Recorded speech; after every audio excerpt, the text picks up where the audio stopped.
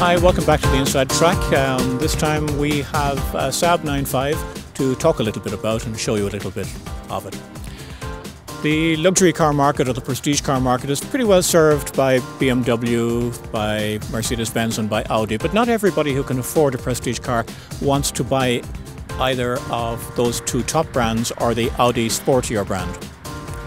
So the SAAB 9.5 has traditionally been an alternative for them. The problem was that the SAAB 9.5 for a long number of years now didn't change much because the company was for sale and GM didn't want to put money into it, and it was no longer an option because of its age. Now we have the new car, which is a brand new car based on a platform that's shared with the Opel Insignia and which is substantially an improvement on the previous model. The front is a kind of a newish version of a very traditional SAAB look. The grille certainly is very distinctively SAAB, quite apart from the fact that it says so in the middle, and we have the traditional SAAB badge here just on the bonnet. But this kind of style, this, if you like, aircraft look style on the front, fighter aircraft look style on the front, is very much typical SAAB and has been for many years. Since the brand came out as a car. It had, of course, its genesis as a company that made fighter aircraft, so there's a reason for all that. The new car has distinctive lines. If you take it from a profile point of view, it's longer than the previous car, which was long in itself. It has this very, again, fighter aircraft look windscreen, which, and particularly from the inside, you can see that it kind of closes up in the middle and goes up at the edges. The profile is quite distinctive, particularly because at the very back end, the rear three-quarter look, it's not a coupe end to the roofline, it's actually kind of chopped off notchback, and while that makes it quite distinctive, some people actually don't like it, they just think it's a bit choppy.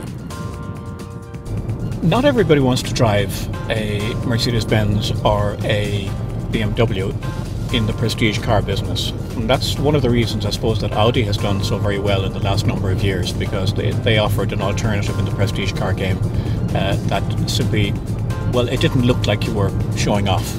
And that is perhaps a problem in this day and age, particularly when people don't want to be seen to be driving flash cars, but they do want a good car. And the SAAB 9.5 is targeted at exactly the same market, the prestige car market, but the understated prestige car market.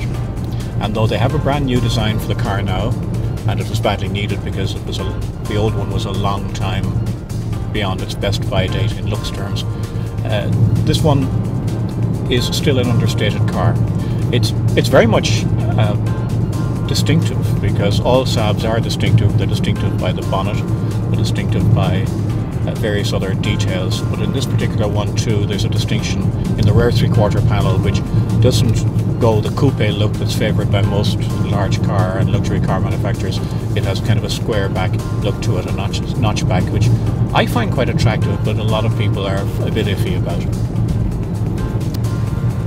SAAB's beginnings are in aircraft, and the company that it evolved from still makes fighter aircraft today.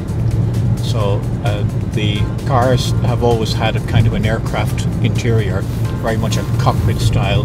As somebody once said to me, it's a very masculine style, it makes it a very man's car. And in this 9.5 there are a number of those aircraft and cockpit cues. The blackness, the darkness, everything around for the driver or pilot, if you wish, to have right in front of him or her. And in this particular new version of the SAAB 9.5, they have a little piece in the speedometer, which is an extra speedometer, but it's done in the style of an aircraft altitude meter. I quite like it, actually. It's very clear to read and it's easy, and I could quite happily do without the old analog style, because this is one digital one that seems to work very well.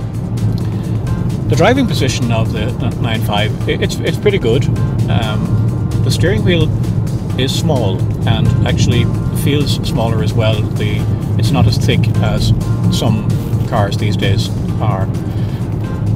I like that. It just, there's a lack of heaviness that it's just nice. It makes, because perhaps the rest of the car has a heavy look to it and a heavy feel to it.